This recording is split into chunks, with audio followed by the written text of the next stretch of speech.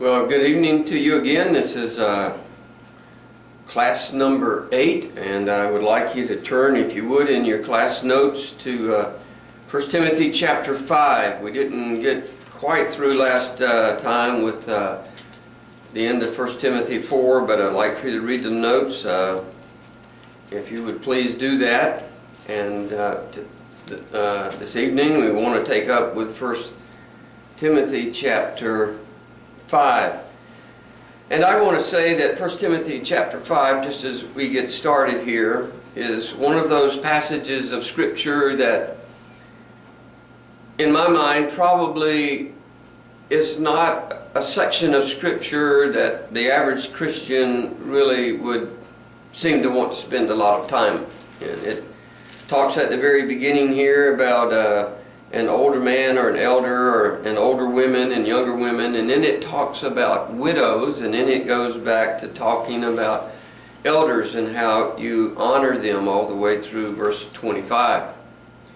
And especially this section in the middle of honoring widows. In the culture in which you and I live, there are a lot of means and a lot of methods and methodologies by which we as a country take care of the elderly with insurance and retirement, and we have nursing homes and intermediate care facilities and all those kind of things. And so it's really not quite the issue for us, just culturally, as it was for people back in the day of Paul.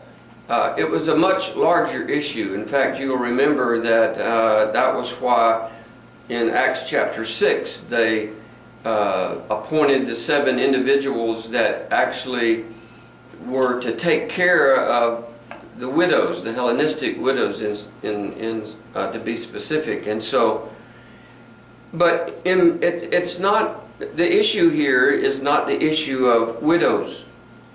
The issue is caring for people that have legitimate needs. And we have all kinds of people like that in every congregation. We have benevolence funds set up in our church that we use very regularly and use whenever needed. We as the elders and in the church we have the, I call it, the ability to just use them in a discretionary way. We don't have to go and take it to the church and vote and this and that. We're very careful how we use those funds. We may use them here immediately or in other places. We may use them somewhere else in the rest of the world that we're sending money to if we feel like they have specific needs. And so what I want to say to you is that before we get started, it's one of those subjects that will sneak up on you. It's one of those subjects that if you're not careful, it will convict you. It will reprove you for different areas of your life that are really not aligned with what God's desires for your life may be. So just sort of a small forewarning there. It may seem like a kind of a subject that you probably would not want to spend a lot of time on, but Paul goes from chapter 5 verse 3 all the way through 16. I mean, he's got 13, 14 verses there. That's as much as he spent on the qualifications of overseers, of elders and deacons. Just caring of people in your midst that may not be able to do that themselves.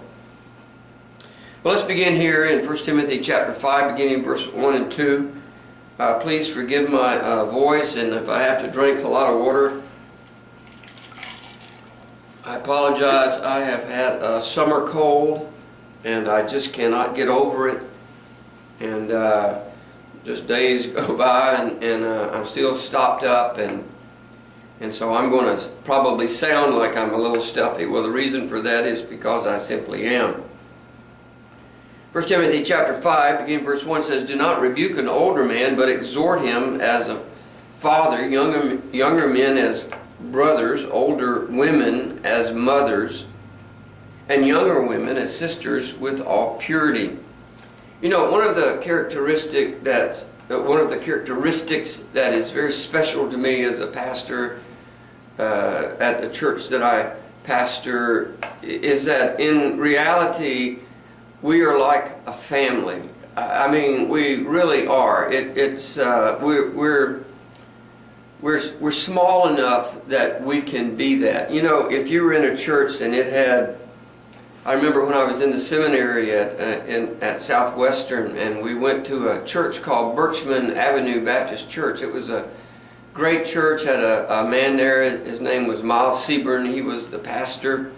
He and his family had been missionaries, I think, in the Philippines for some 18, 20 years. They had moved back to the United States and were pastoring here at one of the churches there in Fort Worth.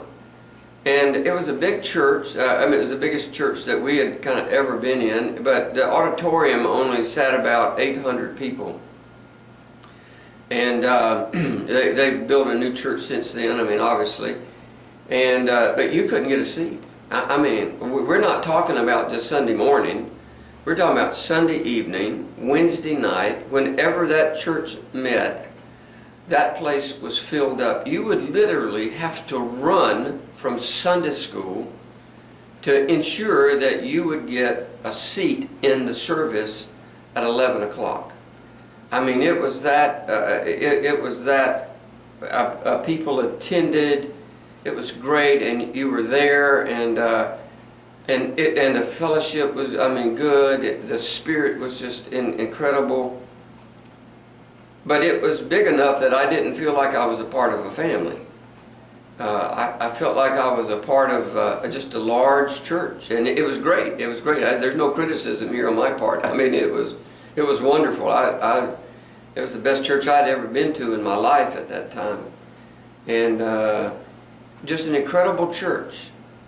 And there's something to say for larger churches and what they can offer, and then there's something to say for smaller churches and what they can offer. And one of the characteristics of the church that I pastor is that we literally are like a family. Everybody knows everybody. We know everybody's kids. We know their names. We do things together. We go out to eat together. We fellowship. We have family meals. We have swimming parties. We have picnics as a church, and everybody goes. You know, we're like a family. And if something happens to somebody, you just feel close. We have one of the men in our church just today. I was helping with Vacation Bible School, and really probably the eldest man in our church.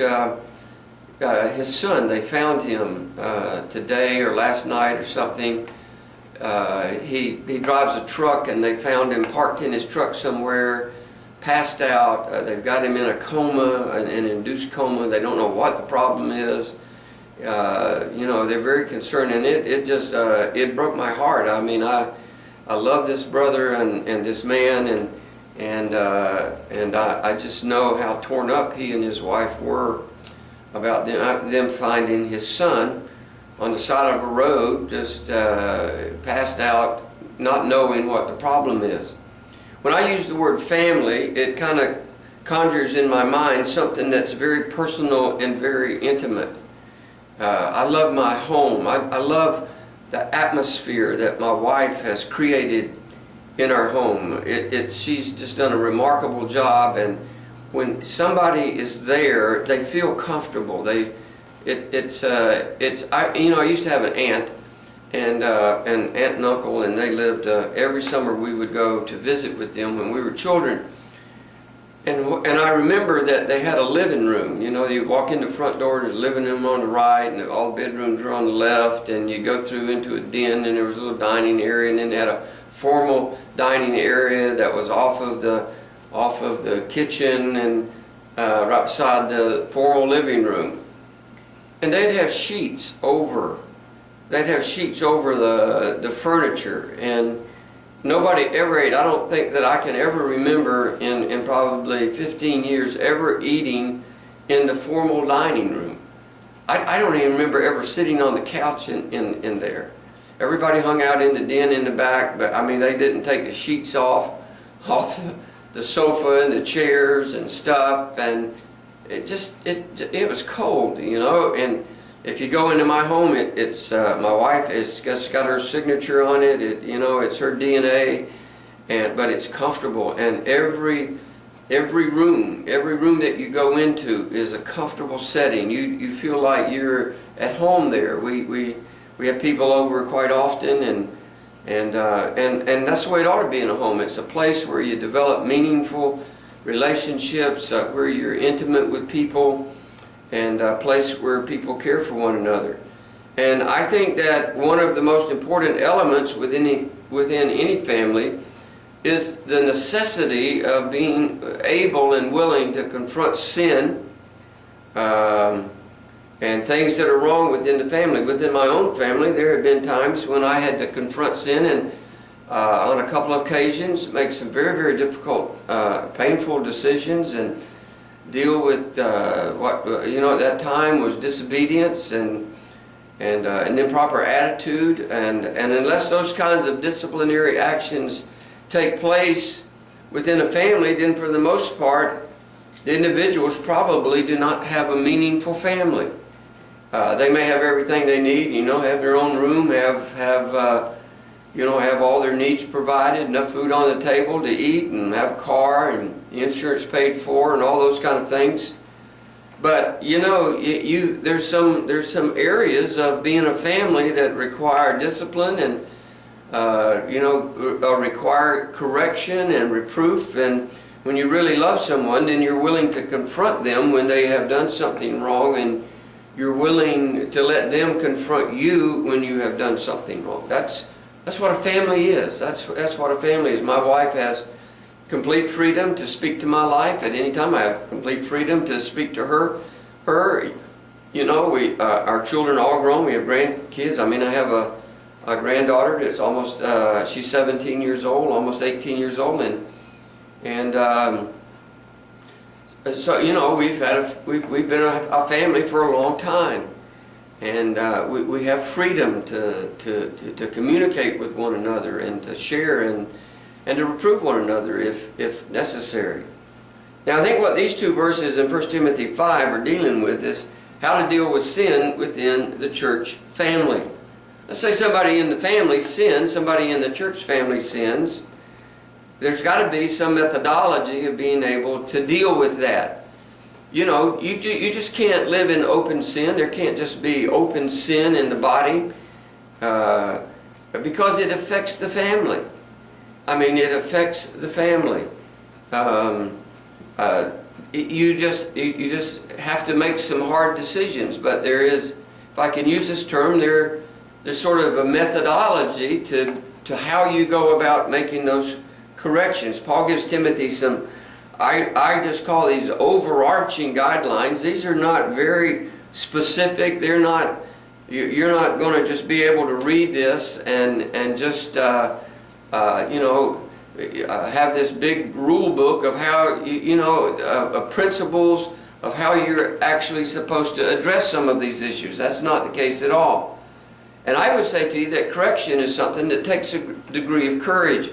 I do not have a very confrontational personality. I mean, my personality is my tendency would be to avoid conflict if possible. As I've grown older as a Christian, I think I'm willing to be a little more confrontational if I need to be, and to address things. I'm not willing to just let things go on, just let things slide. But still, a part of all of that is knowing how to communicate and how to have grace, so that you're not just in somebody's face and just telling them your mind and speaking, saying everything that you want to. That's not the issue at all here. And so, but sometimes you have to deal with some serious conflicts, and that sometimes can be a problem for somebody that's sensitive, and somebody that I know some individuals. Their whole life is confrontational. They're confrontational with everybody that they meet. You kind of walk on eggshells when you're around them, because you just don't know how they're going to react to things. You could say something and just do it in a amiable way and in a joking way or something, and next thing you know, they're they're chiding you, they're confronting you. I know people like that. I have great friends, Dr. Ildefonso and I, we joke around with each other all the time. I mean, we spend a lot of time together, we travel together, we're in airports together, we're sitting on planes for a long period of time, we're teaching together, we're making decisions, we're doing all this, but we have the freedom to confront one another without it being intimidating.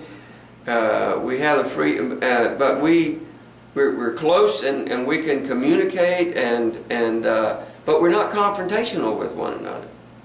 I mean, we're just not confrontational. We're not arguing and debating about things all the time. We have good discussion about things. I mean, some people just seem to thrive on it.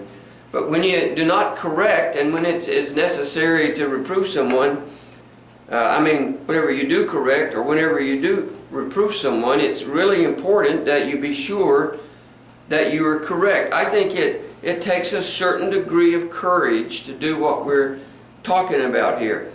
In the correction, there has to be a genuine love for the individual that you're correcting. I remember a long time ago, we're talking probably 23 years ago, I think, 22 or 23 years ago, is I had to confront my pastor at that time, a man that I deeply loved. We were great friends. We played golf together. We did visitation together. I preached for him all the time. I did all of his counseling for him. But something came to my attention that was in his life, something that was very unfortunate. It was a bad habit. It was a very improper habit that he had.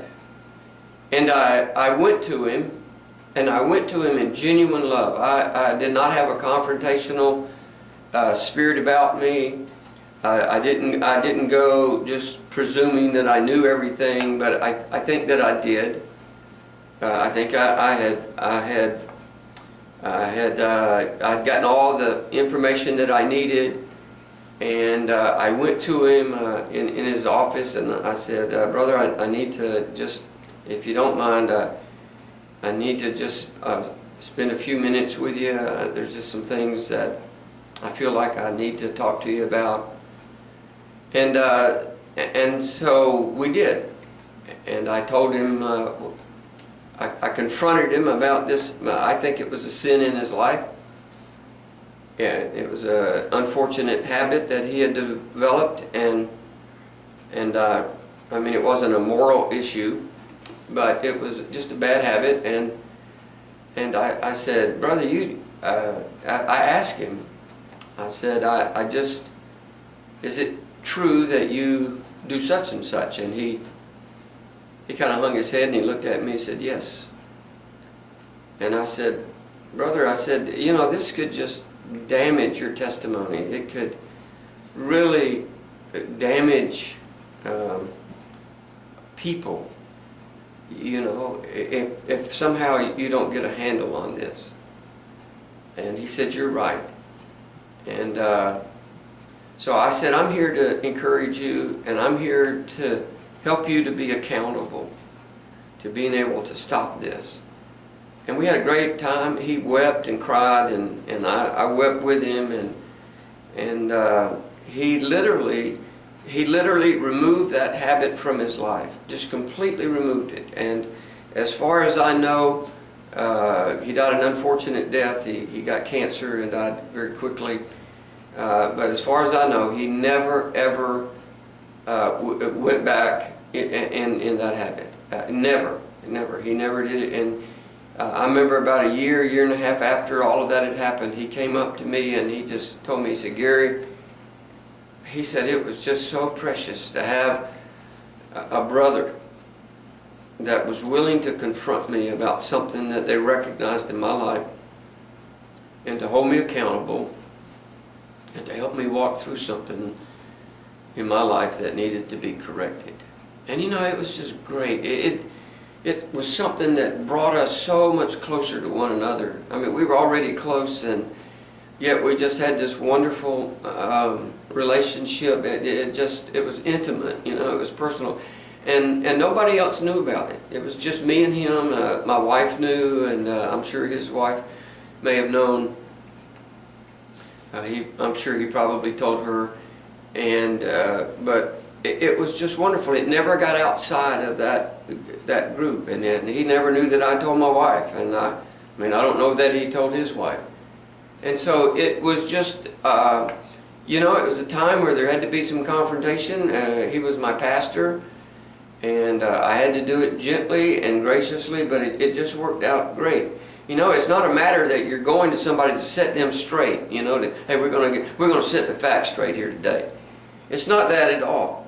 It's a matter of helping somebody in their life and helping them in their walk with God and helping them to overcome things that are hurting them, things that can be harmful to their testimony, and especially in the case of someone who is a pastor. Someone who is a very good pastor at that, it could have been such a damaging thing to his testimony, been such a discouragement to new Christians or young Christians. You know, when you read these two verses, it seems that is what Paul is speaking about here. I mean, look at the words that Paul uses: exhort as a father. You know, I mean, this is like somebody that's your father, and you're going to them and you're treating them with honor and respect, and you're exhorting them, you're encouraging them. The word exhort is not like reproof, or, you know, it's not a word. It actually says don't do that. It says do not rebuke an older man. You go to him as a father, and as brothers, and as mothers, and as sisters. You know, there's nothing harsh here. There's nothing overbearing. When you read these words, you're just going to find that none of that is there. It's just not there at all. To the contrary, it seems to just be, to me, it's just packed full of compassion and mercy, and you're going as someone that's there to help. 2 Timothy chapter 4 and verse 2 says this: preach the word, be ready in season, out of season, convince, rebuke, exhort with all long suffering and teaching. In other words, when you're going to rebuke somebody or exhort them or bring about some level of conviction in their life, you're going to be patient with them. You're going to be long suffering. You're not going to be demanding. You don't have to, you know, get everything correct just overnight. You know, it's maybe in the case of my pastor, it was one of those things that might have been difficult to overcome immediately. But I think that he did. I think that he just resolved it immediately. He was much better for it. And so, you know, Paul just wants you to be long-suffering, wants you to be patient, and make sure that it's done with proper instruction. You know, I had a number of verses that related to being a pastor and the influence that a pastor had on other people. And so whenever you're going to correct somebody, the goal is always their restoration. It's always their restoration. That's what you're doing. And it should be more than obvious that the way in which someone is corrected will normally have a greater effect on the individual than the actual correction itself. You know, you can get all beady-eyed and grit your fist and just speak kind of loud, and you can do it that way if you want to. I doubt seriously that it will work. You know, there's a great verse in Proverbs talking to parents, and it says that the rod of their anger will fail. You know, I know a lot of parents, they don't really help their children when it comes to discipline. All they do is just yell at them. You ever been around somebody like that? I mean, sit down. I mean, shut up. I know sometimes I can go to Walmart and there'll be a parent in there and a child will be giving them a hard time. And next thing you know, they're whomping them up. They're just mistreating the children, and they're not talking to them properly, and they're yelling at them and threatening them. I mean, what a terrible way what an awful way to correct somebody. And so Paul is, Paul understands this. He understands that way that we correct somebody is very important. 1 Timothy chapter 5, verse 1 and 2 could be read this way: do not rebuke, but exhort. I think you could just say, do not rebuke, but exhort. I mean, that's what it's really communicating to us. And in this passage, these are the only two verbs: rebuke, which means to reprove, and exhort. It means to build up, and they are both in the imperative tense. So he says, do not rebuke an older man. Don't go to him. Don't just sort of lay everything out there and rebuke him. Let's just say, for instance, that somebody deserved that. That was what somebody actually needed. Let's just say somebody was, I'm going to just say, I'll make something up here. Somebody was stealing money from the church. An older man was stealing money from the church. In my mind, what Paul is saying here is, he's still saying, when you go to an older man, you don't go to them, you don't rebuke them, but you exhort them. You get the information, you go to them in the right spirit, you speak to them. Obviously, there are other things that are related to church discipline, Matthew 18 and other places, that are necessary to integrate that into our theology and how we approach this. But God is just talking here about an attitude that somebody has. I cannot remember. I honestly cannot remember the last time that I had to reprove or rebuke somebody in my church. I think the last time that I probably did that was a rebuke in the church to the young people for their irreverence. I think I mentioned that in the previous lecture, and I think that was the last time. I had spoken to them in private. I had given them opportunity to make their arguments. I was gracious with them. I was patient with them. This had been going on for some time, and I finally came down out of the pulpit, walked down the aisle, and went to where they were, and I laid the law down. We were done. I was not putting up with this any longer. Very disruptive, and I just didn't let it go on. I wasn't about to let it go on. But I didn't start there. I didn't start there. I went to them in private. I spoke to them in private. But past that, I can't remember somebody that I've actually reproved or had to in our church family. I would, I'm willing to. I'm not afraid to do that. Even though I don't think that I'm a confrontational individual. I don't. If I had to do that, I would, because if I thought that was the right thing before God, that would be the thing to do, and I would be willing to do that, and I hope that you would be too. So the first admonition here, I think, is fairly straightforward. When you go to somebody for the purpose of correcting them, you don't do it in a harsh way. Do not rebuke. Just simply, do not rebuke. The idea is that of a very harsh rebuke or an overly stern correction.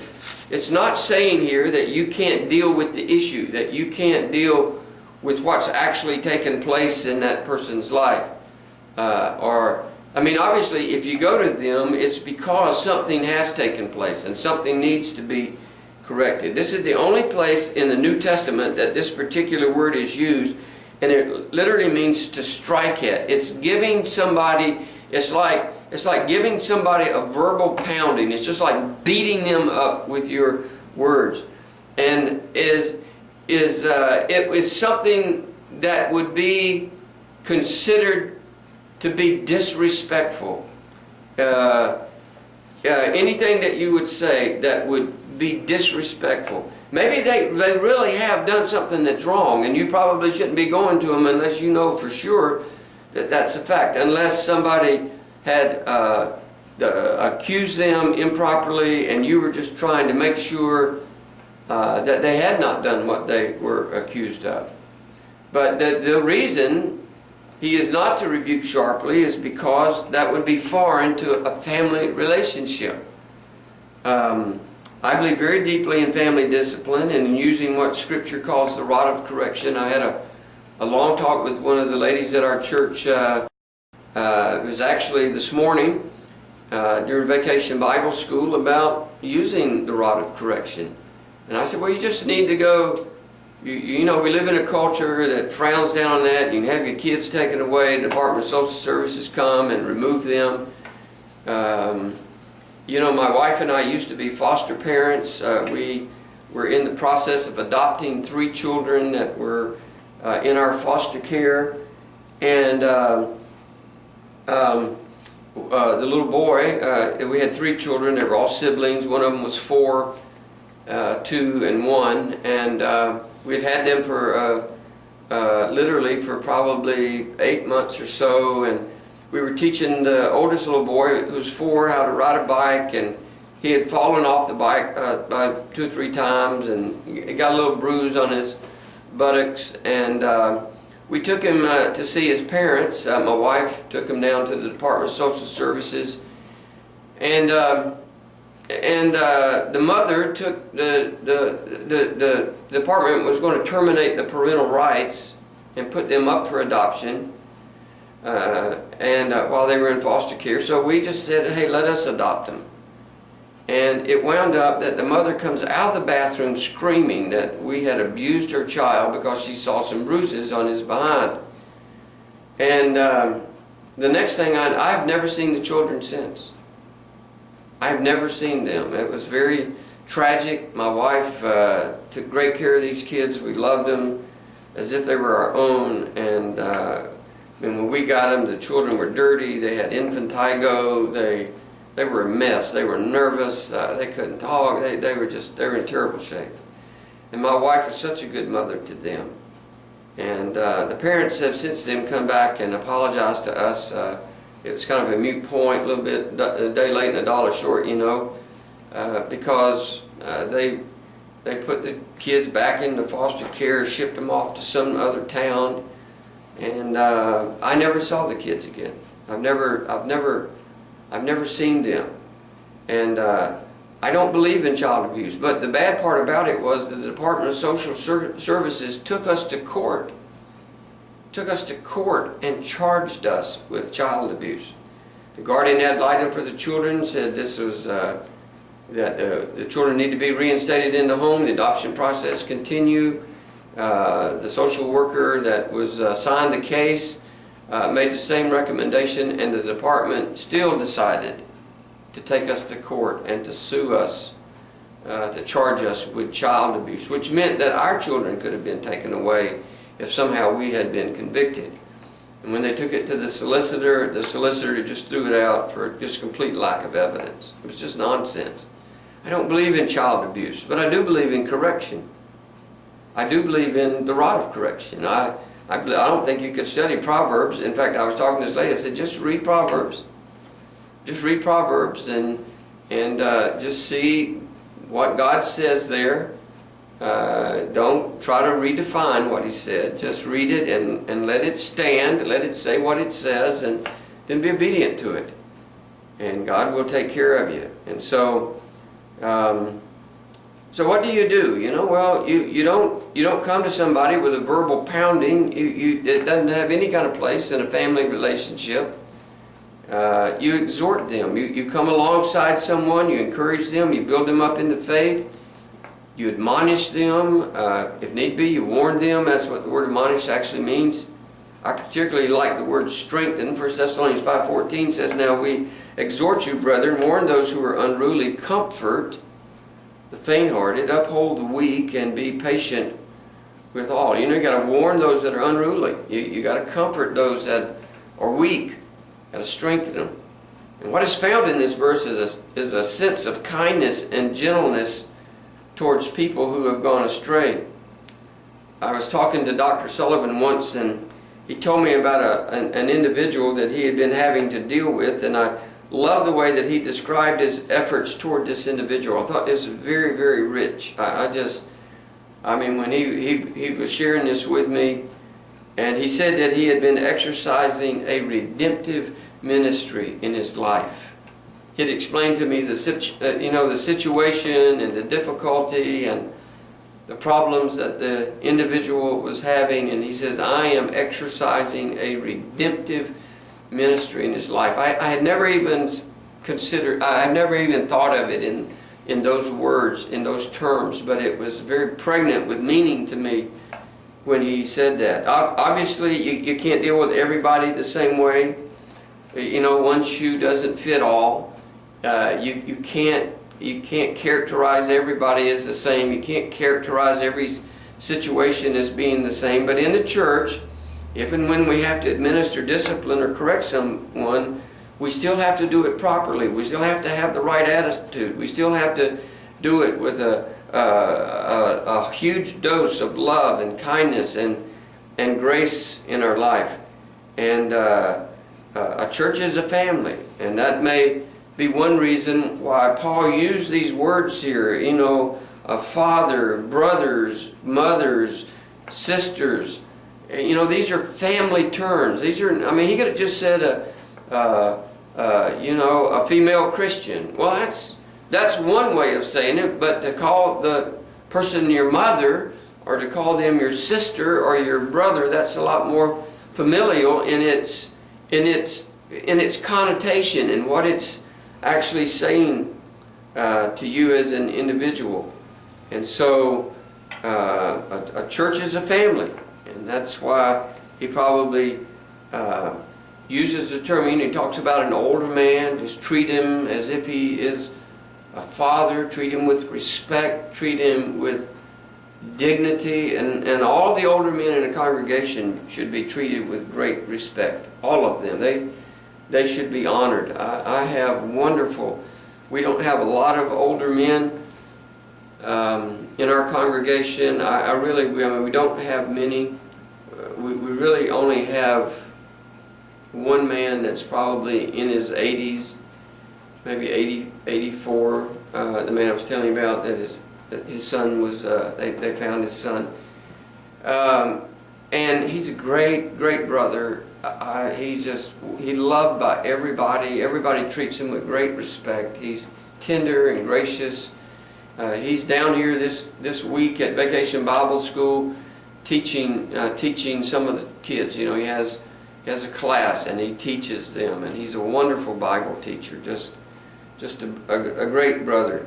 Secondly, Paul tells Timothy to confront younger men as brothers, older women as mothers, younger women as sisters with all purity. It's all the language of a family. I mean, you know, father, brother, mother, sister.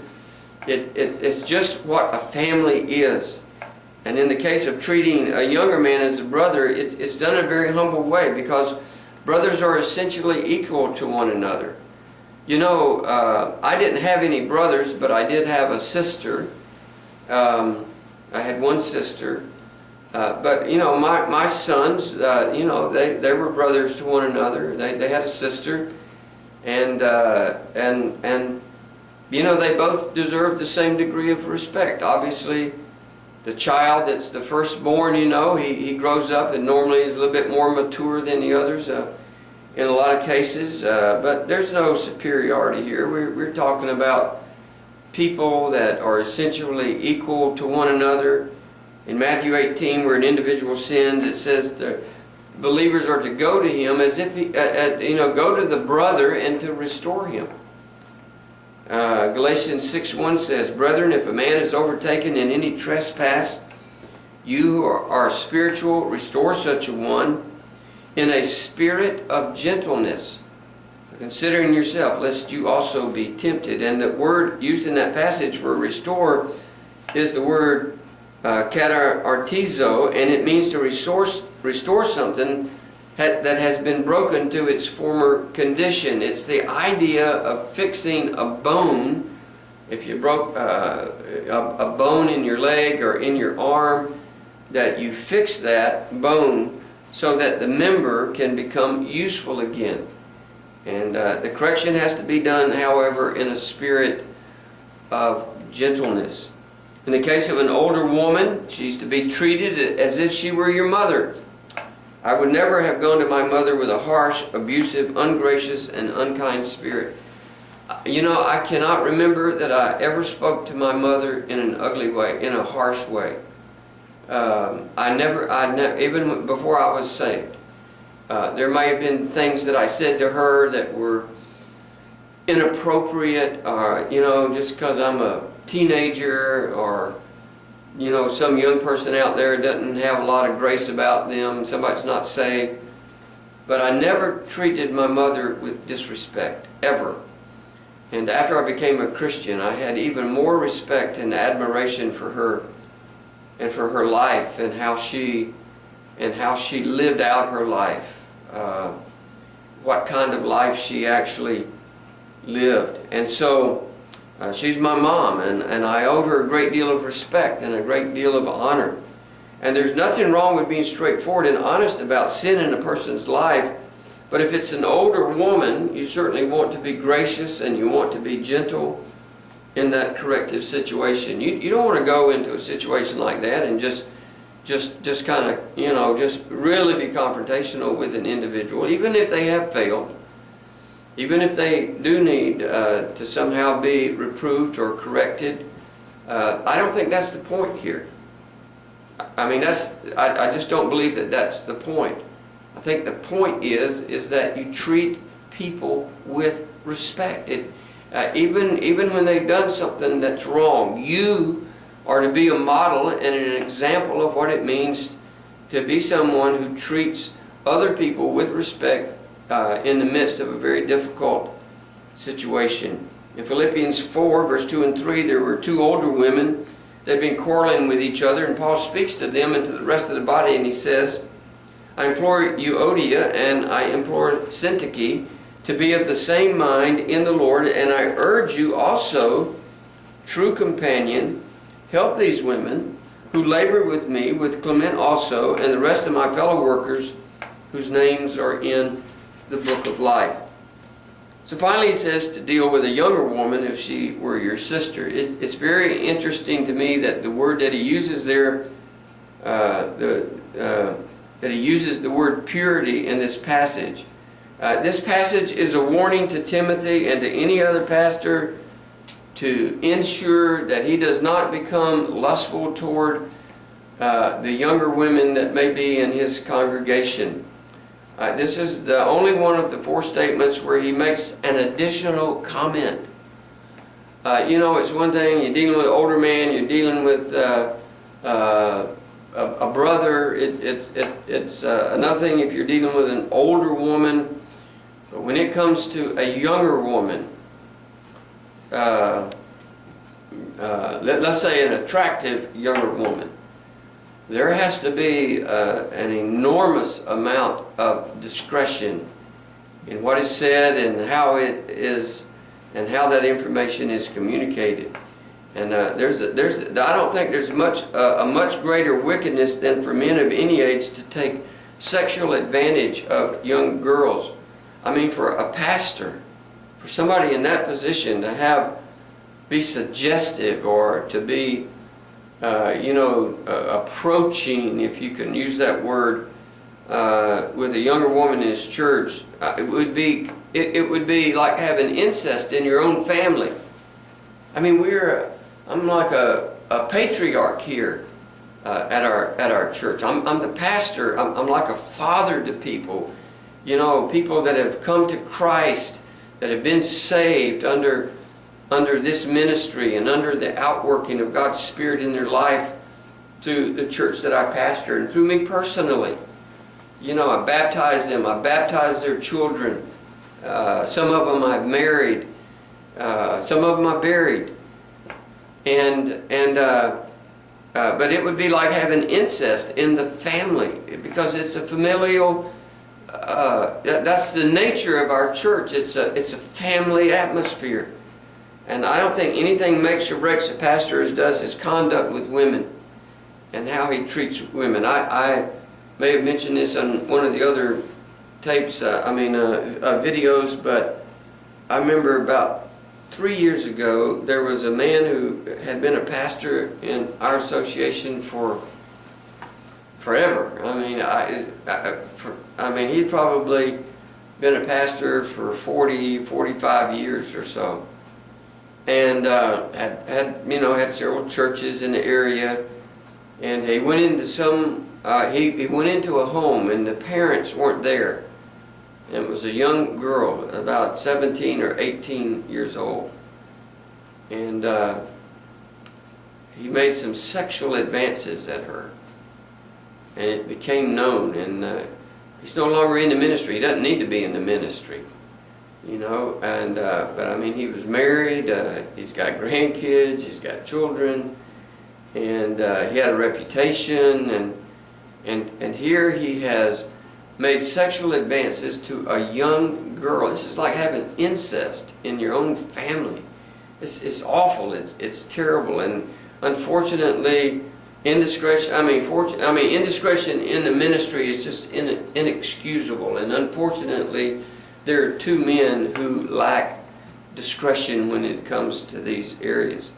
1 Timothy 5, verse 3 through 4 says, begins to speak about the widows. Now, this is a long section here, verse 3 all the way through verse 16, and I want us to take the time that we need to work through this. It may not be your bailiwick. It may not be the one thing that you want to listen to, but I think when we get through with it, that it should have a convicting influence on all of us about how we care for one another. If you don't care for the people in your church, then you don't need to be a pastor.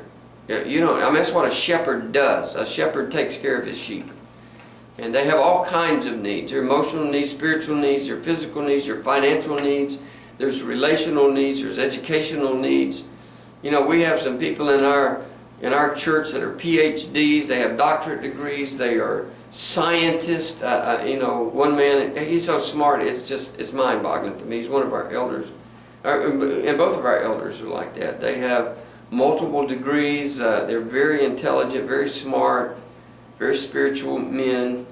And then we have people that haven't graduated from high school. I mean, never graduated from high school. Some that got their GEDs. We have some families in our church that are fairly wealthy. We have some families in our church that are very, very poor. You know? And there will always be people in your midst that have needs, and they become a test.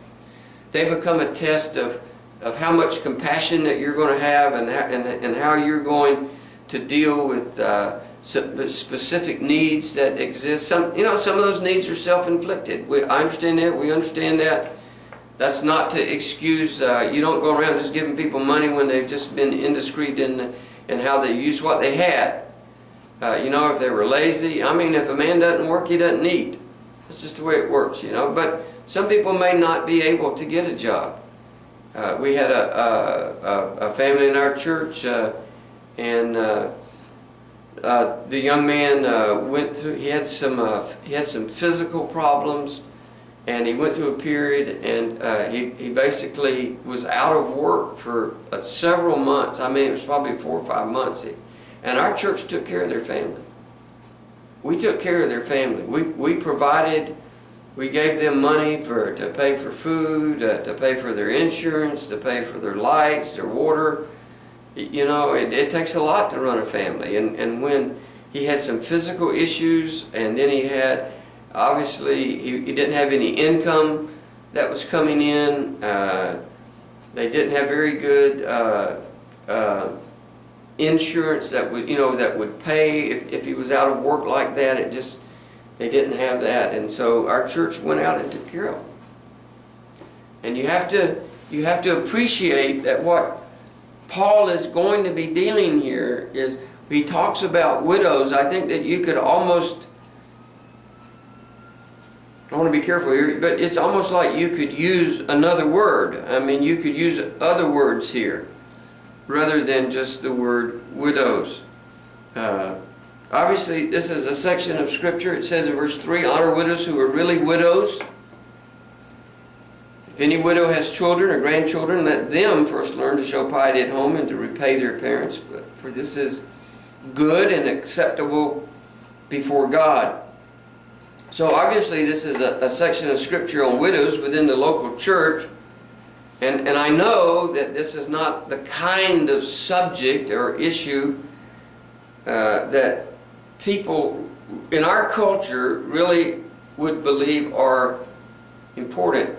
You know, now, if you go to Zimbabwe, if you're out in the bush in one of the villages there that we minister in, where they have nothing but one another, this makes all the sense in the world. If you go to Romania, which is a second world country, you'll find that they have so many widows.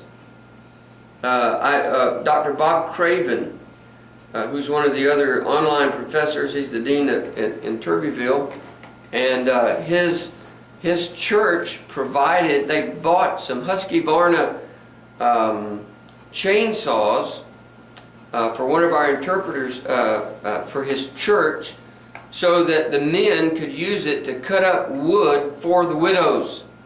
They had an enormous number of widows.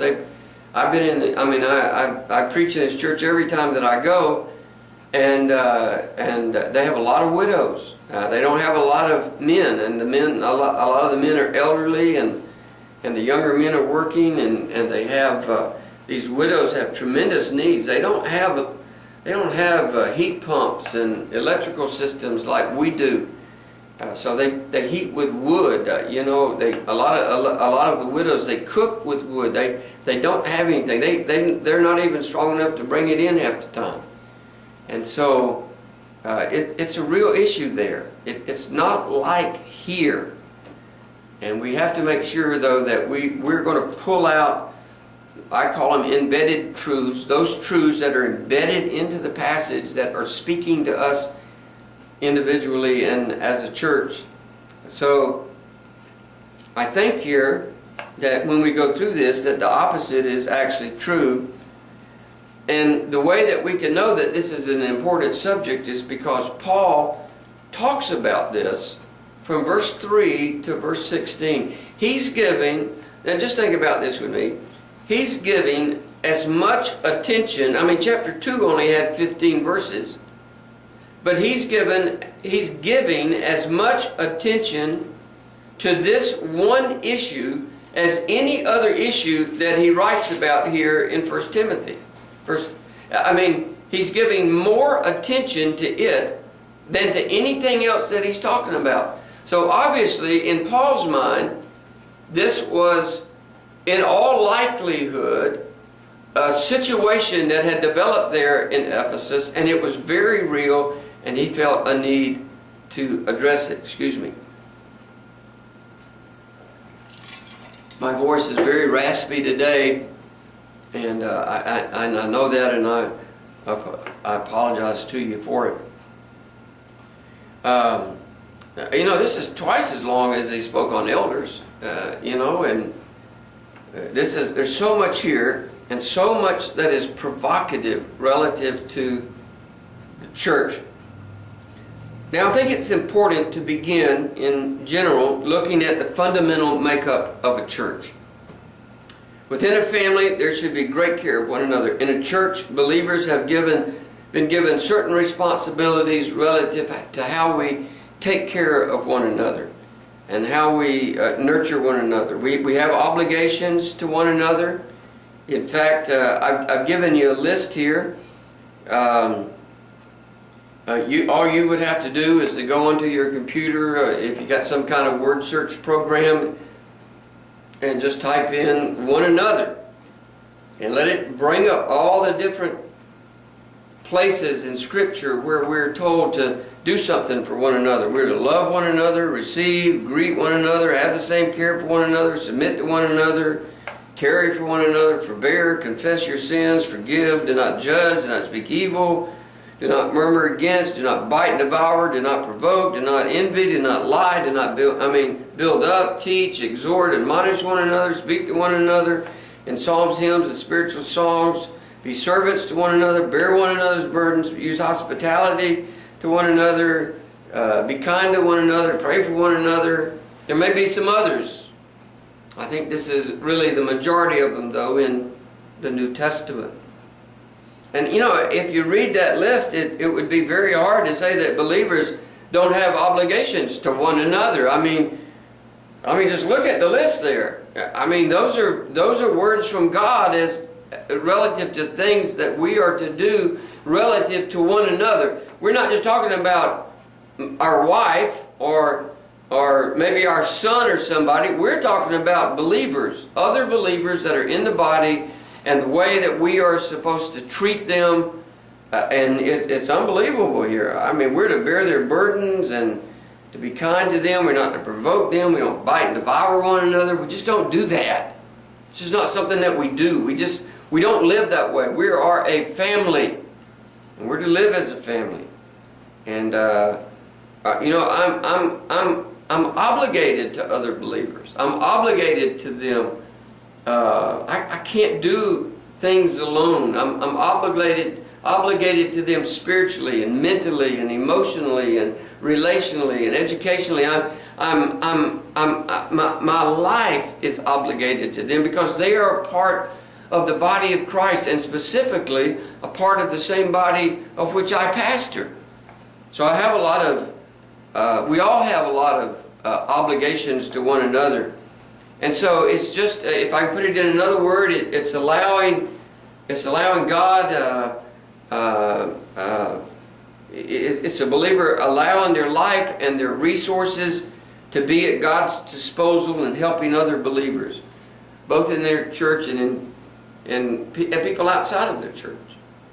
You know, my church gives nearly 70% of what comes in goes out to missions, to help other people. That's an enormous amount of income that comes in, that goes back out to help people.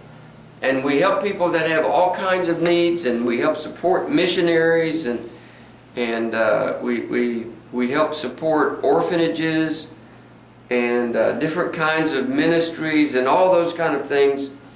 And that's what you're supposed to do. You're supposed to take your life and the resources that you have. This is not a plea for you to give money, but your life is to be a resource in some way. Sometimes that involves money. You know, Paul went to the various churches of Asia Minor, for instance, to collect money for famine relief that was going on in Jerusalem. So he went up there, he collected money, he took it back down to the church there in Jerusalem. But by the same token, Paul was a tent maker. He didn't become a burden to the church relative to finances and money and all of that kind of stuff. He took care of his own needs. In a church, believers have certain responsibilities, and one of those is providing a context in which each member can grow into Christ-likeness. At the same time, a congregation, as it's growing spiritually, cannot just ignore legitimate needs that exist within their local fellowship. I mean, just to concentrate on doctrine and biblical truth and good teaching, all that kind of stuff, without putting it into practice is probably the worst kind of hypocrisy. It's to know what's right and to not do it. To know what God's Word says, to know what it says about our caring for one another and the specific needs that people have, and then for whatever reason ignoring those things and not exercising our God-given responsibilities and obligations to help those people. It's a form of hypocrisy. I mean, people have needs. People simply have needs. We have a couple that attends our church, and they're very poor. They're very poor. They're not here for money. They're just not here for money. And they have 4 children. And I just, there are times when I just feel so sorry for the kids. The kids will come and,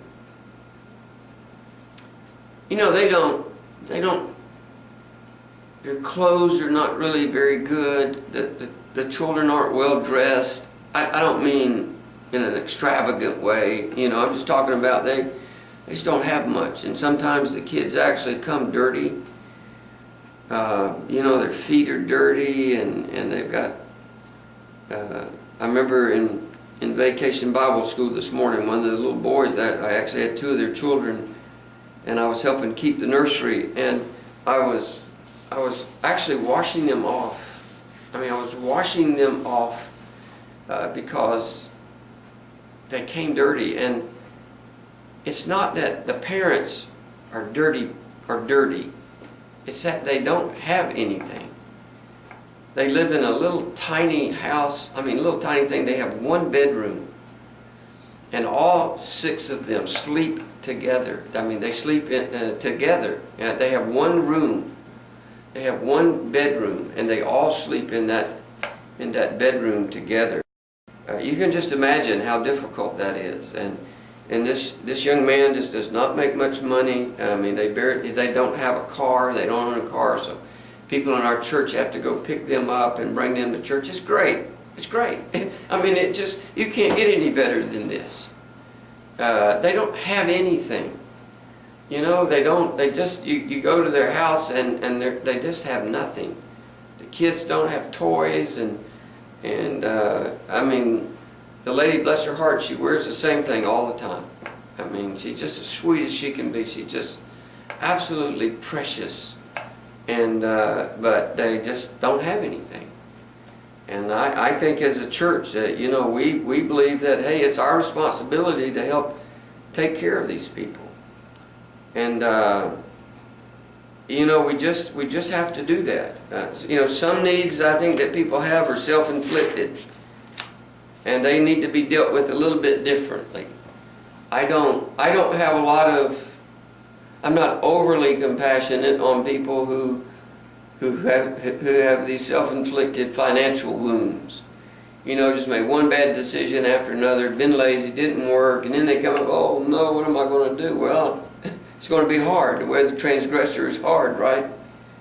But when a believer comes to a church, it should be a safe haven for them and a place where they feel like they belong. It's a place where they feel like they are a part. Let me give you an example of a need that happened in our church years ago. It was a very difficult thing for me. It was a very hard decision, but it was a decision that I made, and I followed through with it. And I don't think that the individual ever forgave me. We had a elderly couple in our church, and the lady never came to church. The lady never came, but the guy he came all the time. He loved coming to church. But they just smoked.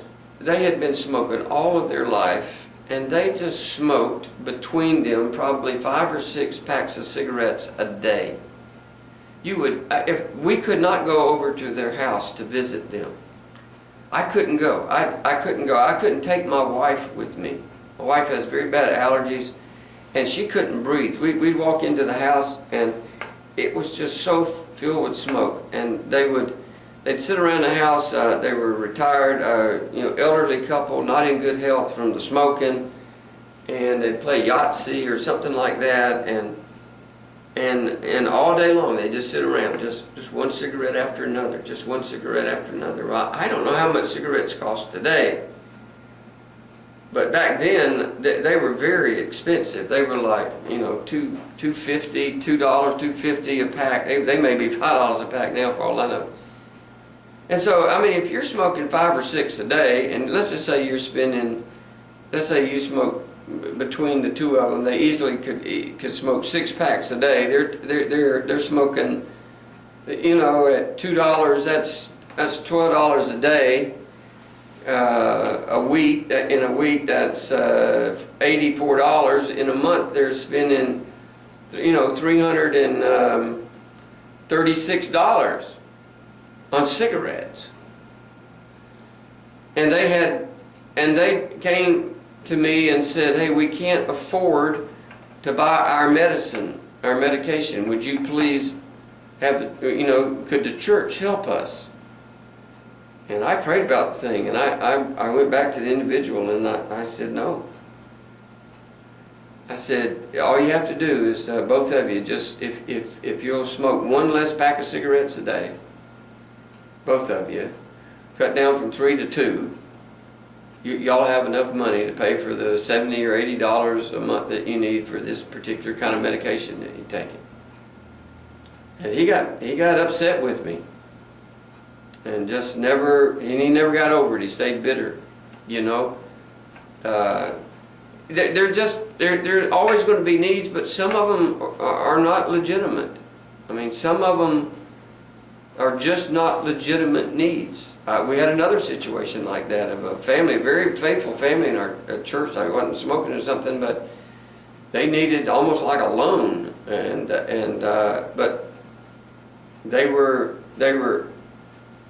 inappropriately providing money to another member of their family that was lazy and didn't work and just took advantage of them, and I mean literally just took advantage of them. And they came and they met with us as the elders, and we talked about it. And I mean, these people have been faithful members for years and years and years. They've been here twice as long as I have, and they've given, I'm sure they've given a lot over the years to the church and stuff. And but you know, all of the elders, we felt the same way. That look, you have the money, but you're not taking care of it. You're not using it wisely. And so we just, they didn't get mad. They understood. And they finally went back and had to make some adjustments, which they did, which was the right thing. You know, I have read how much more effective love being expressed to someone is versus professional therapy. In fact, the more that a church really does become a family, I mean, not an isolated, secluded, inaccessible fellowship, but a real caring fellowship for one another, then I would suspect that the more the emotionally and relationally dysfunctional individuals would want to come to that church.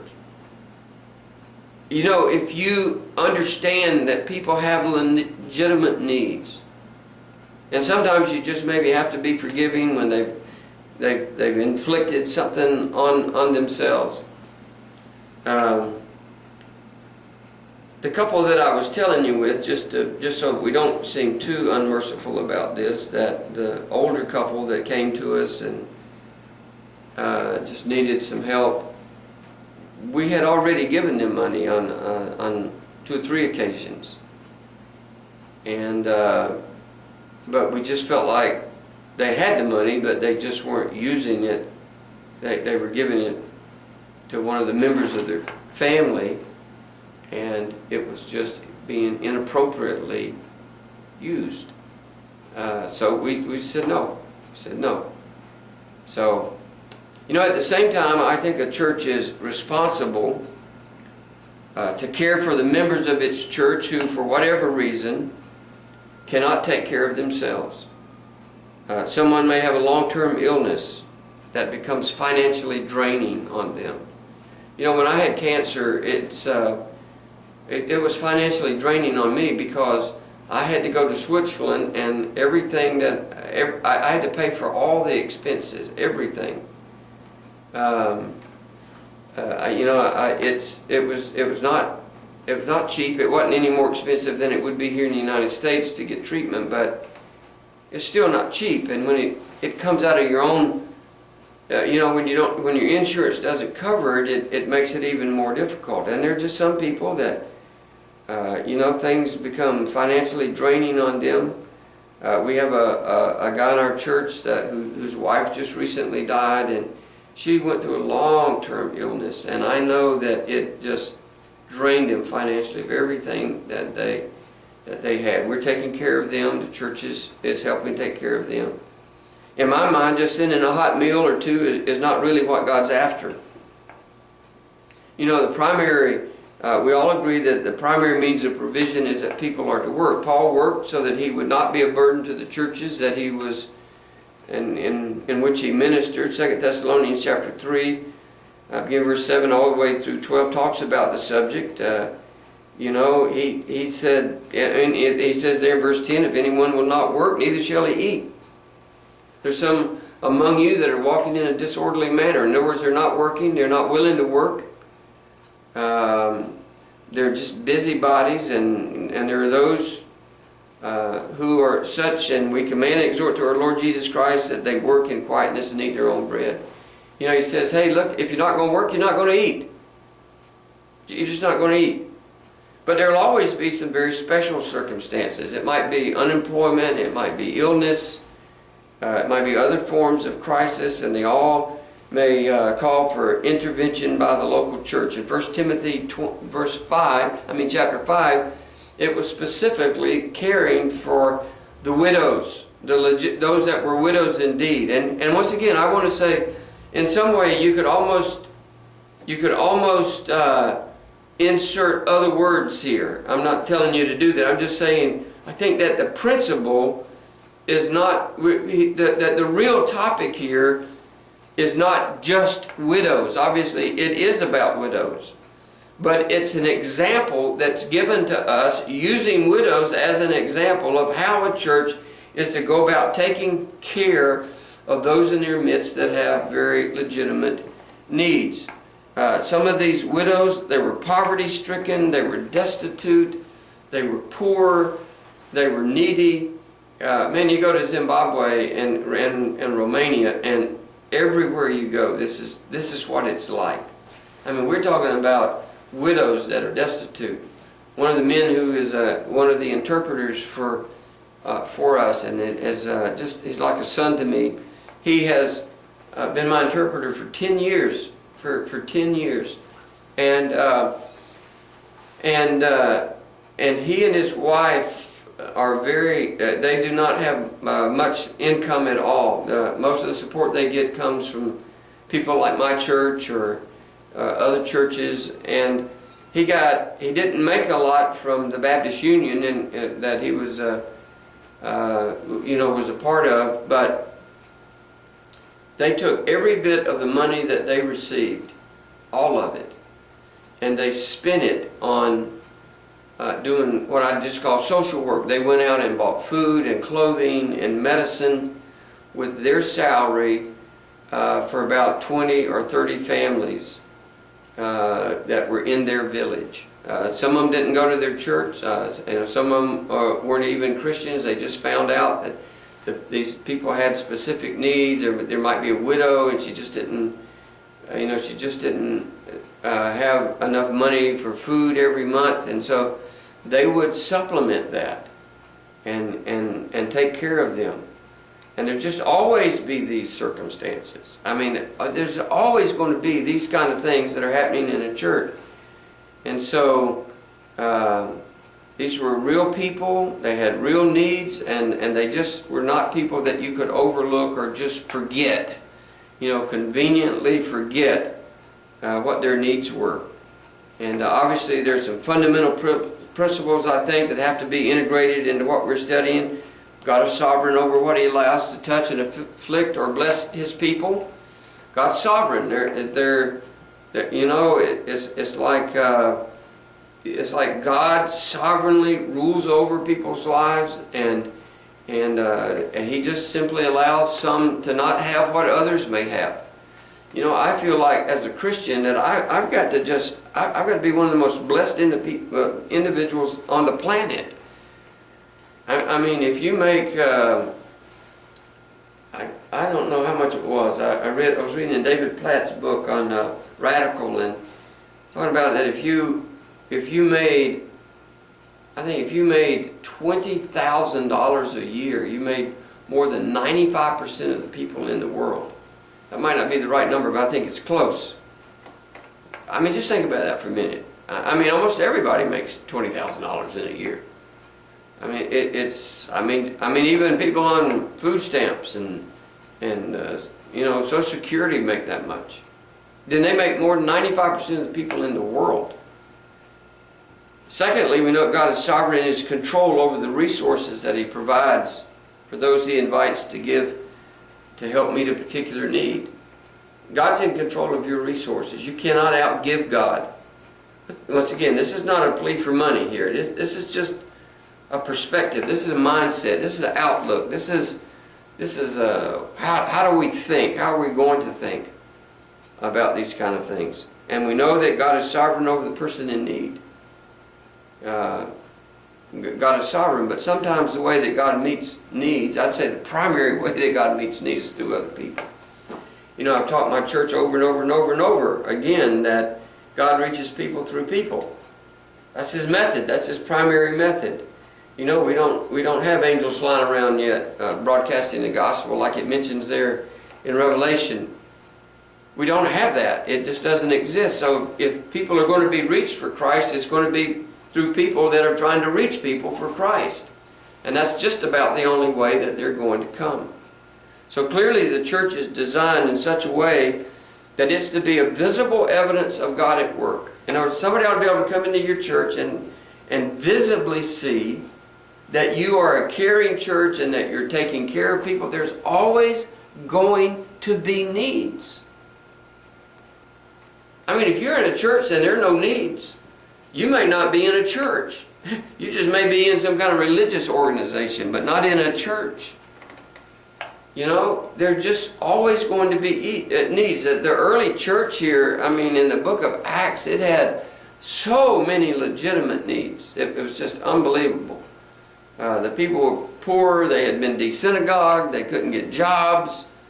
And no wonder Paul sent money back for famine relief. You know, because they didn't have the money. They didn't have the land. They didn't have the property to do what was needed.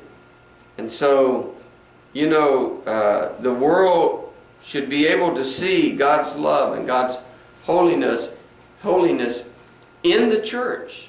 And if they can't see that, then the church probably needs to reevaluate whether or not they're actually a church or just some kind of feel-good club. The people of God and the Spirit of God should always be seen as being in a visible and active partnership with one another to give out God's truth, but just as much to display God's truth and God's love and how we care for people. In the economy of Scripture, women have always been and always are to be an object or the object of special care. They're actually identified in 1 Peter chapter 3 verse 7 as a weaker vessel. I think my wife is actually stronger than me in a lot of ways. Man,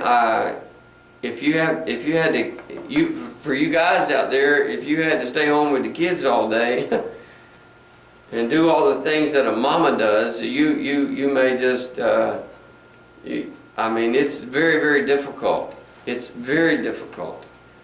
And I mean, just emotionally and the physical strength that it takes to be raising kids. I mean, we have families in our church that have 4 and 5 kids in their family, and you know, I mean, they go to different schools. They're different ages. They have different needs. It's just an enormous responsibility, and 98% of it seems falls on the mother half the time. And so, when we're talking about weaker, we're just talking about maybe physically weaker here. My wife is just as emotionally strong as I am. She's just as mentally as strong as I am. She's not as physically as strong as I am, and I'm kind of a wimp. You know, I'm 5'7" and I don't weigh much. I weigh about 160 pounds, and that may be wet. You know, so. We're not talking here about spiritual weakness. My wife is spiritually strong. She is strong, and you know, it just doesn't mean that they're weaker mentally or emotionally,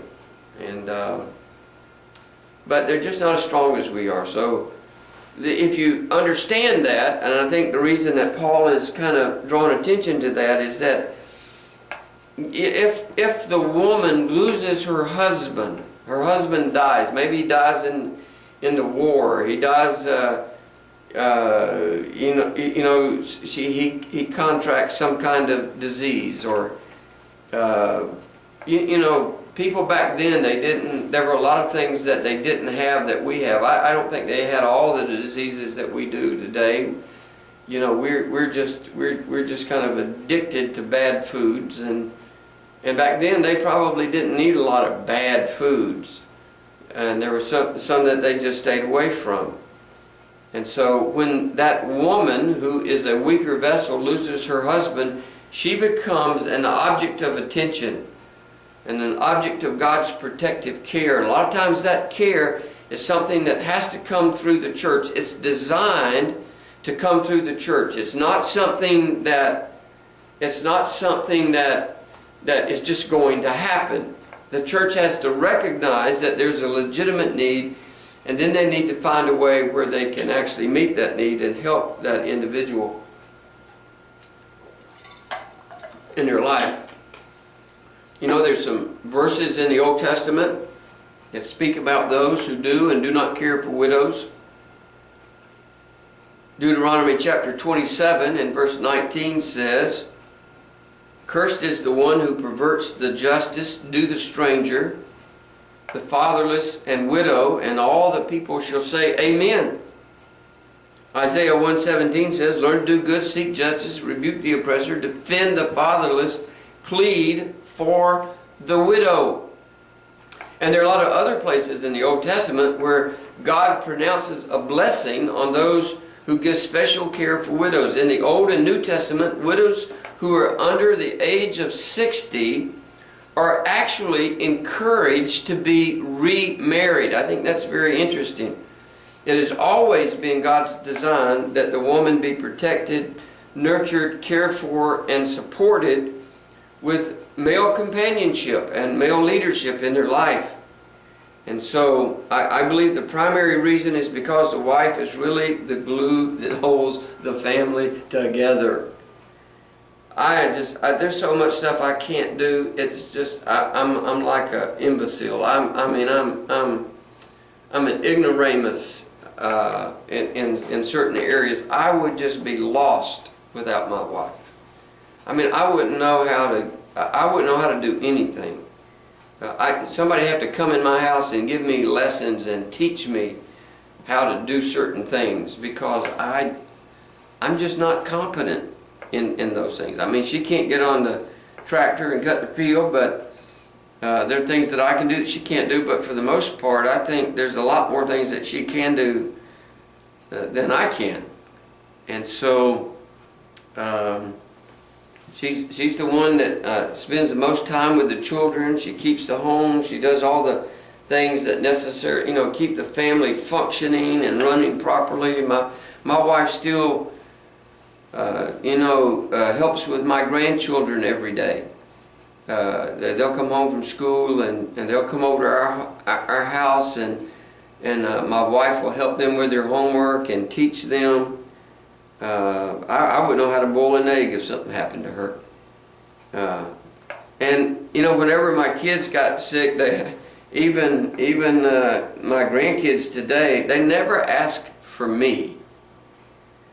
I mean, they never ask for Daddy or for Gaga, which is my grandfather name. Never. I mean, if they don't feel good, they don't come. If they, when they don't feel good, they don't come to me. They go to my wife, or they go to their mom, because they know that they will take care of them, and I would be completely and totally insufficient and inadequate to do what they needed to feel better. And they know that. I mean, they know that.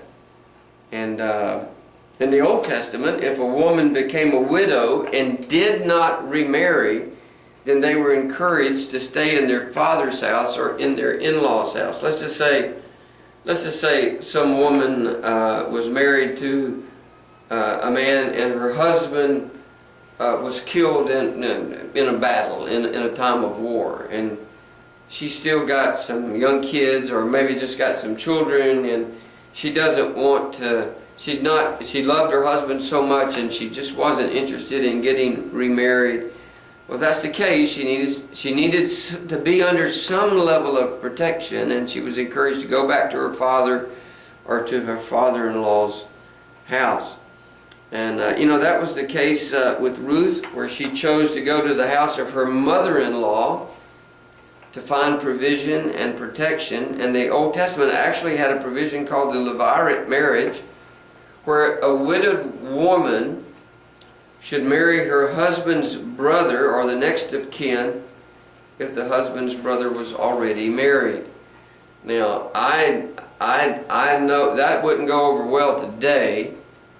That just doesn't even make sense to us today in our culture. But in the culture in which they lived, it was one of God's provisions for helping provide some security for the widows, for these older women that just simply did not have the means. They weren't physically able. They weren't financially able to take care of themselves. Deuteronomy 25, verse 5 through 10 explains some of this. If brothers dwell together, one of them dies and has no son, the widow of the dead man shall not be married to a stranger outside the family. Her husband's brother shall go into her, take her as his wife, and perform the duty of a husband's brother to her. And it shall be that the firstborn son which she bears will succeed to the name of his dead brother, that his name may not be blotted out of Israel. But if the man does not want to take his brother's wife, then let his brother's wife go up to the gate to the elders and say, my husband's brother refuses to raise up a name to his brother in Israel. He will not perform the duty of my husband's brother.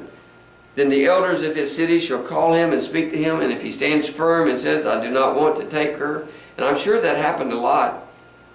I'm just telling you, I believe that happened a lot. Then his brother's wife shall come to him in the presence of the elders, remove his sandal from his foot, spit in his face, and answer and say, so shall it be done to the man who will not build up his brother's house. And his name shall be called in Israel the house of him who had his sandal removed.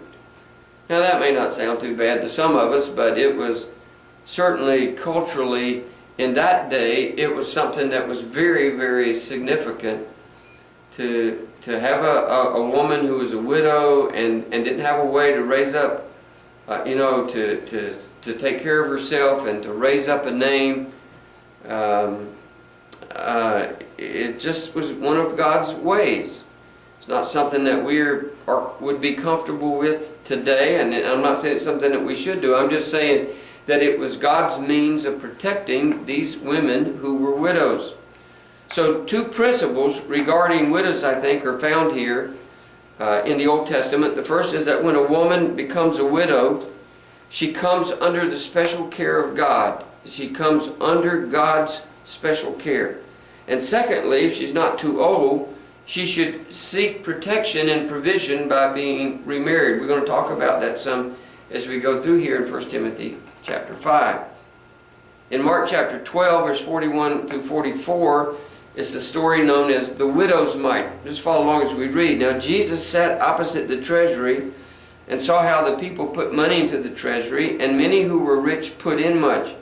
Then one poor widow came and threw in 2 mites, which make a quadrans. So he called his disciples to himself and said to him, assuredly, I say to you that this poor widow has put in more than all those who have given to the treasury, for they all put in out of their abundance, but she out of her poverty, but put in all that she had, her whole livelihood. Now, I think what is significant about this story is that it literally gives a fairly accurate picture of what it was like for a lot of women in that day. I know from personal experience that that's what it's like in the places that I go internationally, especially to Romania and to Zimbabwe, which would be the 2 primary places.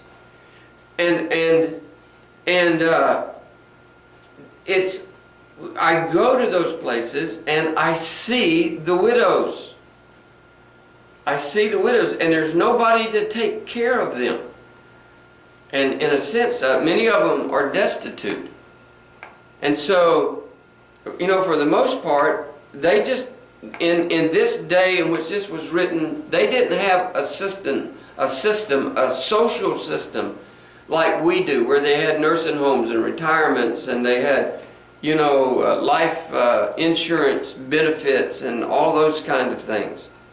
They just did not exist. Most women lived in an agrarian economy. They were homemakers, so their husbands were out all the time growing food.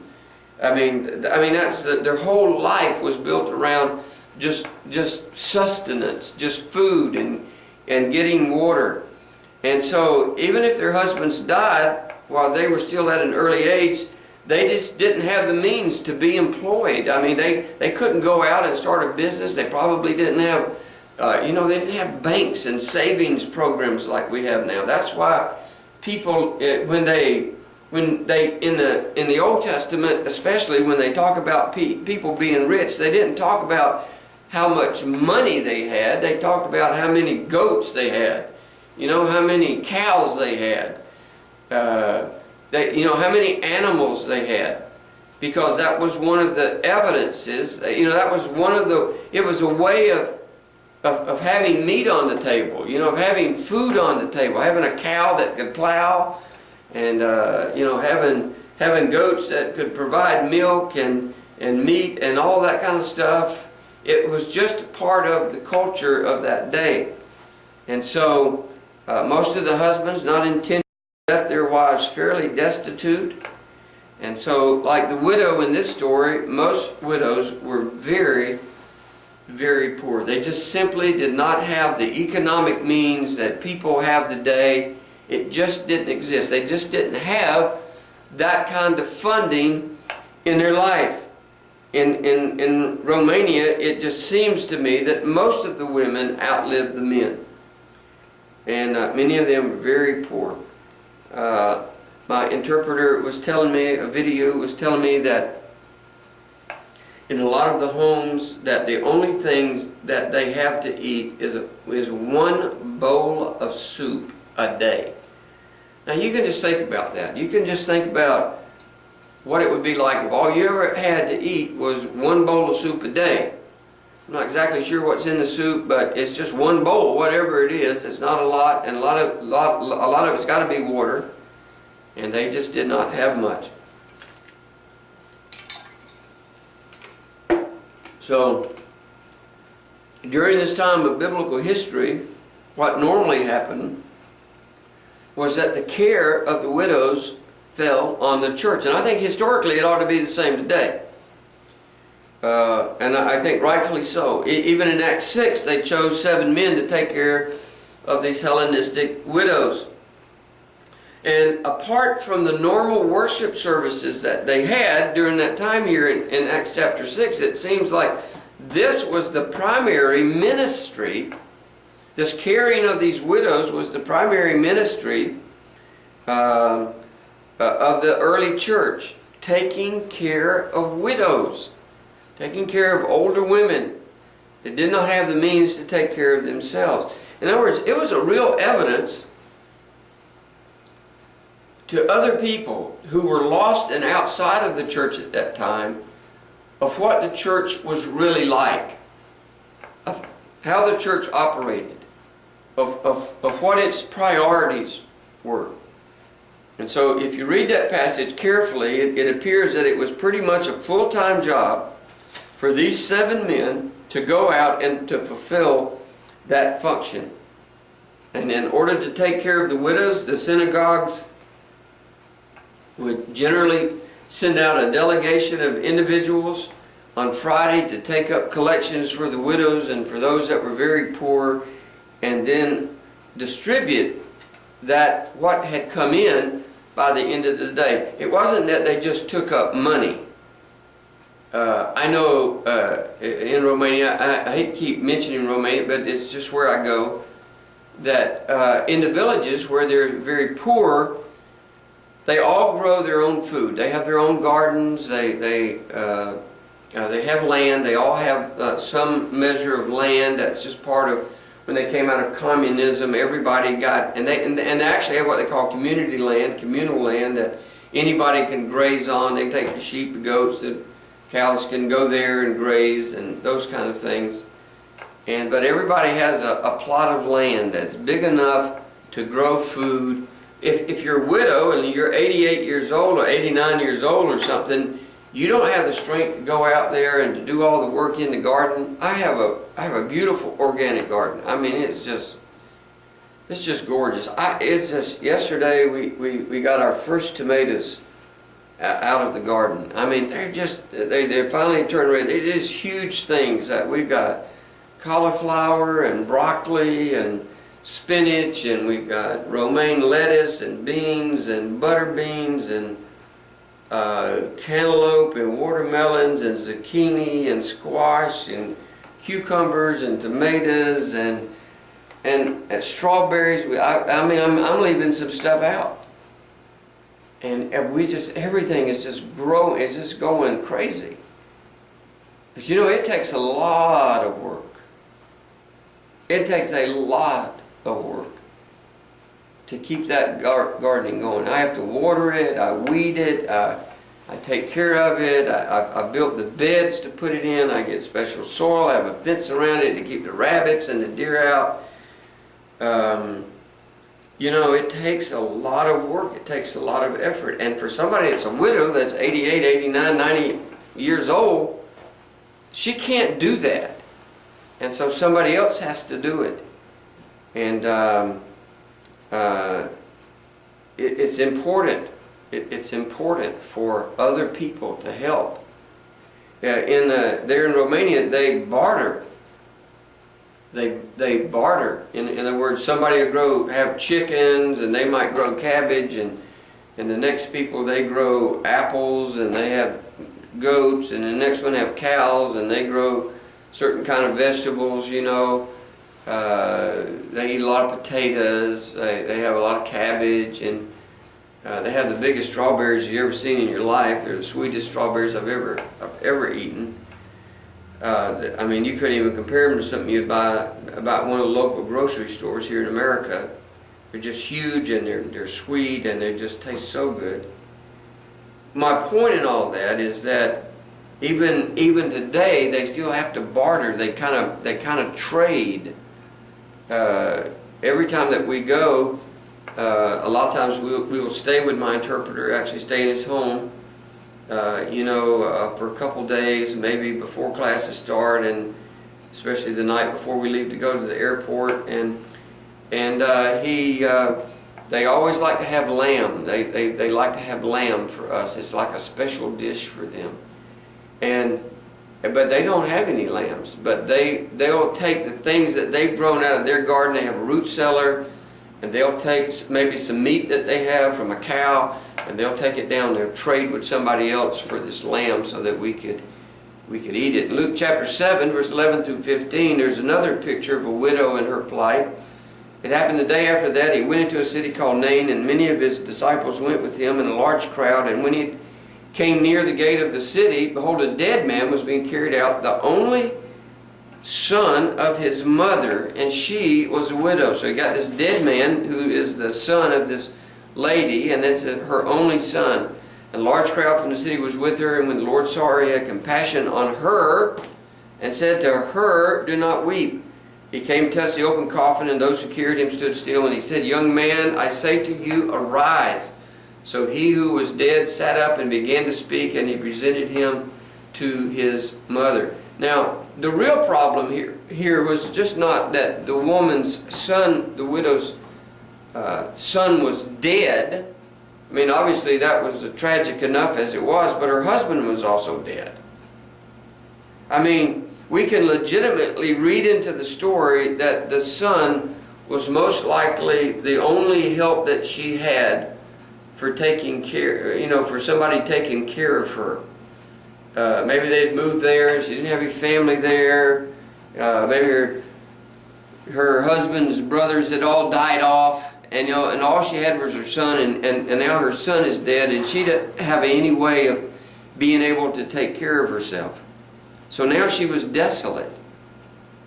I mean, she was in a place where she was going to be desolate, and she had no real support, and when she went back home after the funeral, there was no way for her to make a living. I mean, she just didn't have the strength to do this. And no wonder it says that when the Lord saw her, that he had compassion on her. And I may be reading a little bit too much into that passage, but I don't think that the issue was the dead son as much as the widow and the desolate mother. He had compassion on the mother. I'm sure there were plenty of people that Jesus saw, family members where somebody had died. I'm sure over his ministry there that happened quite often.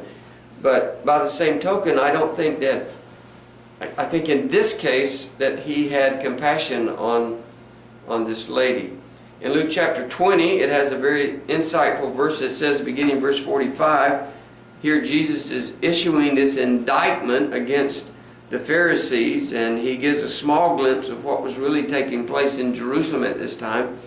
He says, then in the hearing of all the people, he said to his disciples, beware of the scribes who desire to go around in long robes, love greetings in the marketplaces, the best seats in the synagogues, and the best places at feast, who devour widows' houses, and for a pretense make long prayers. These will receive greater condemnation. They devour widows' houses. You know, I was doing some research about all of these, this is kind of off the beaten path here, but I was doing some research about all of these televangelists and all these healers and stuff on TV, and I found a report or some statistics that said that it was like 75 or 80% of the money that comes into them comes from people that are 65 years and older. I mean, we're talking about fleecing the older people. I mean, don't you just hate that? I mean, don't you just hate when people take advantage of the elderly? You know, all these scams that go on, and these phone scams, and people are, you know, they're not as they're not as mentally as sharp as they used to be. They may have Alzheimer's. They wind up, you know, they can't think straight. My mother became like that. I mean, she was like that. She had Alzheimer's, and she couldn't remember anything, and I mean, she could just give the wrong information to somebody. I mean, give the right information to the wrong person, maybe is the way to say it, and never know that she did it. I mean, even on the cross, Jesus spoke directly to two individuals, and one was the thief on the cross, and the other was to John in order to take care of his mother. In Acts chapter 9 is the story of a lady by the name of Dorcas who had died. And I want you just to look there. I'm not going to read the whole story, but you look there in verse 39 where I've got it underlined. And Peter rose and went with them. When he had come, they brought him to the upper room, and all the widows stood by him weeping, showing the tunics and garments which Dorcas had made while she was with them. And I mean, here was a woman that spent most of her life helping the other widows. She may have been wealthy, we don't know, but she spent her whole life helping with the widows, and that was why the women were weeping, because she had been such an incredible help to them. James chapter 1 verse 27 says about this, says this about widows: pure and undefiled religion before God and the Father is this, to visit widows, to visit orphans and widows in their trouble, and to keep oneself unspotted from the world. Now, obviously, these verses are designed to speak to the issue of widows, and they do, and we ought not to venture too far away from that. I don't want to do that. I know that we're talking specifically here in the context about widows, but in reality, we could put any legitimate need in I think, in the place here in these verses. It's not just widows that our scriptures are concerned about. Let's just say, for instance, that your church took great care of all of its widows. Just great, wonderful care of all of its widows. But you had, let's just say you had some people that lost their jobs. Their families were really hurting. They didn't have enough money to pay off the bills, all those kind of things. But no, you were doing what Scripture said here. You were taking care of the widows, and your church made a priority to take care of the widows, but you ignored those other people. Well, I think if you have ignored those other people, that your church would be hypocritical by saying, well, hey, we take care of the widows. We're doing what the Scriptures tell us to do. That's why I keep saying that this passage of Scripture is not just about widows. The embedded truth, the deeper truth that's embedded in these Scriptures is taking care of people that have legitimate needs in your midst. Now, these 16 verses or so on, the care of widows. There are a number of significant principles, I think, that need to be looked at. The first is in verse 3, where Paul says to honor widows who excuse me honor widows who are really widows indeed. I'm having to drink a lot this evening. I apologize. My voice is scratchy. I feel like I could lose it at any moment, and I've been having trouble resting well at night with being my nose is all clogged up, and I'm just not breathing well. But we'll make it. If you can bear with me drinking water here, we can make it. You can, if you need some water, you can just stop the video and go get some, right?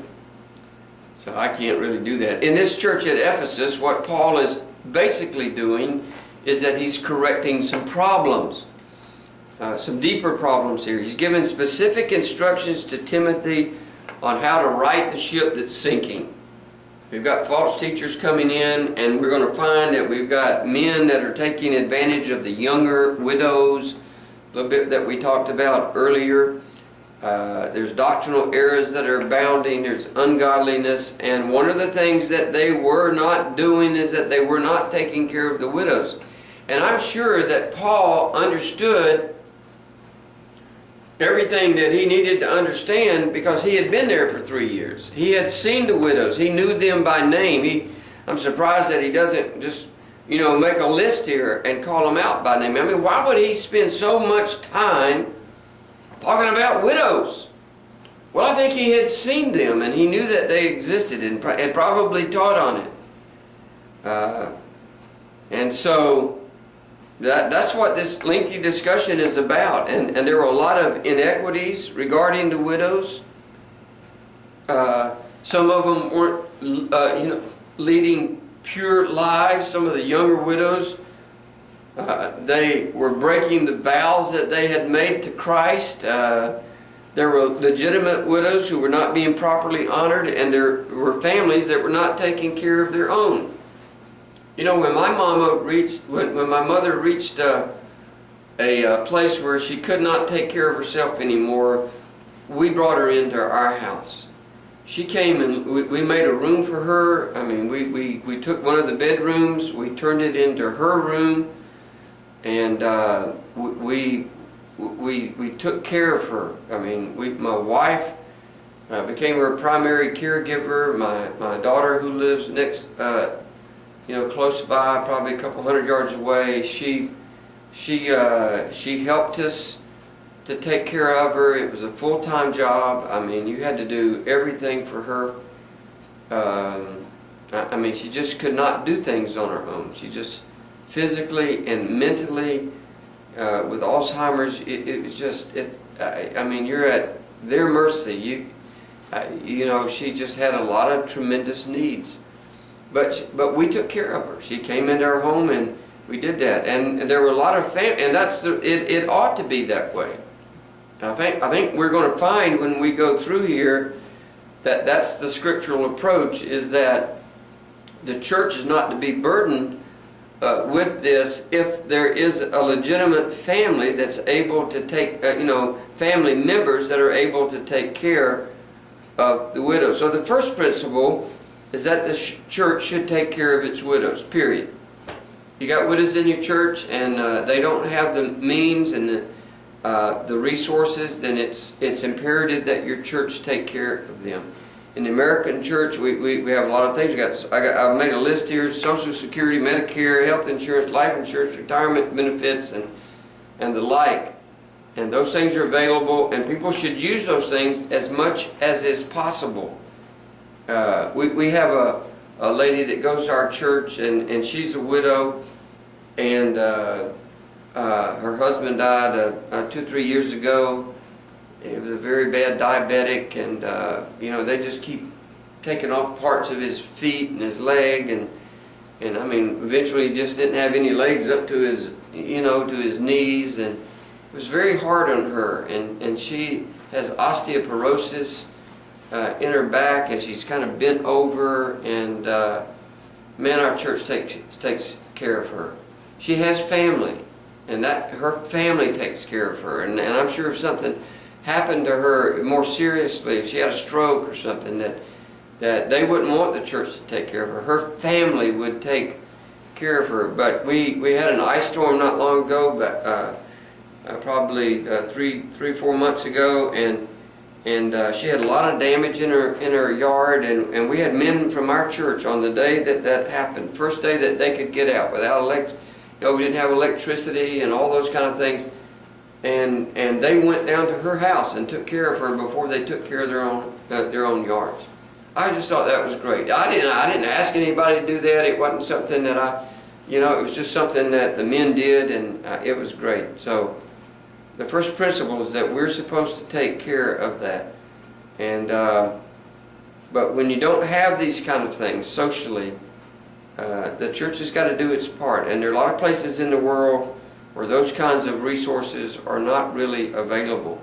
Now, what is specifically meant by the word widow? Well, I think it's critical to get the biblical definition right here.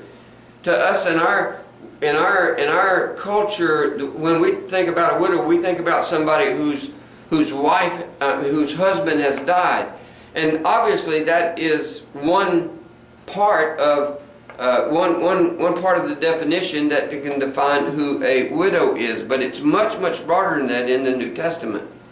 And even though the Greek word used here includes that in the definition, it's not limited to that.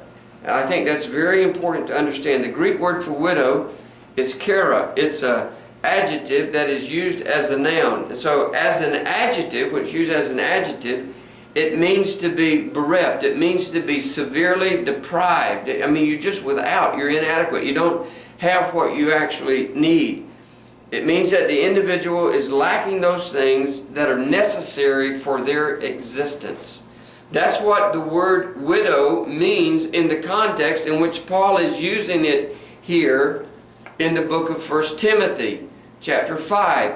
He's using it in that context. It carries the idea of being alone. You suffered great loss. And so the word does not have anything to do with how a woman may have gotten into her condition, but rather it just describes her condition. She's alone. She's suffering. She is lacking. She is deprived of just some of the basic necessities for her life. And so the origin of the word does not carry the meaning that she lost her husband by death. She could have lost her husband by other ways. Her husband could have just left her and abandoned her. He could have divorced her. And he could have just simply deserted her. It could have been anything. And so, for instance, there were women who were the wives of polygamists in that day. And when the woman got saved, when the woman was saved, say there in the book of Acts, after Christ was resurrected, her husband just gave her up to her Christianity. He didn't care about her anymore. He wasn't interested in being a Christian, and so he just literally gave her up to her Christianity. And I think that happened quite often. In talking about widows, W.E. Vines in his New Testament Expository Dictionary of Words states that in the cases where the widow's family had the resources and the wherewithal to support her, that in those cases that the church was not to be responsible, but that the family was. And so that does not preclude a circumstance where the family members may refuse.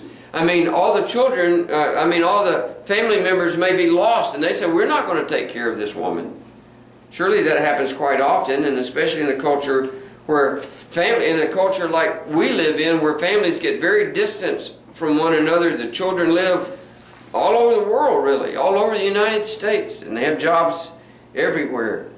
So in New Testament times, there certainly was a tendency in a poor society for the families to shelve their responsibilities and expect the church to do it.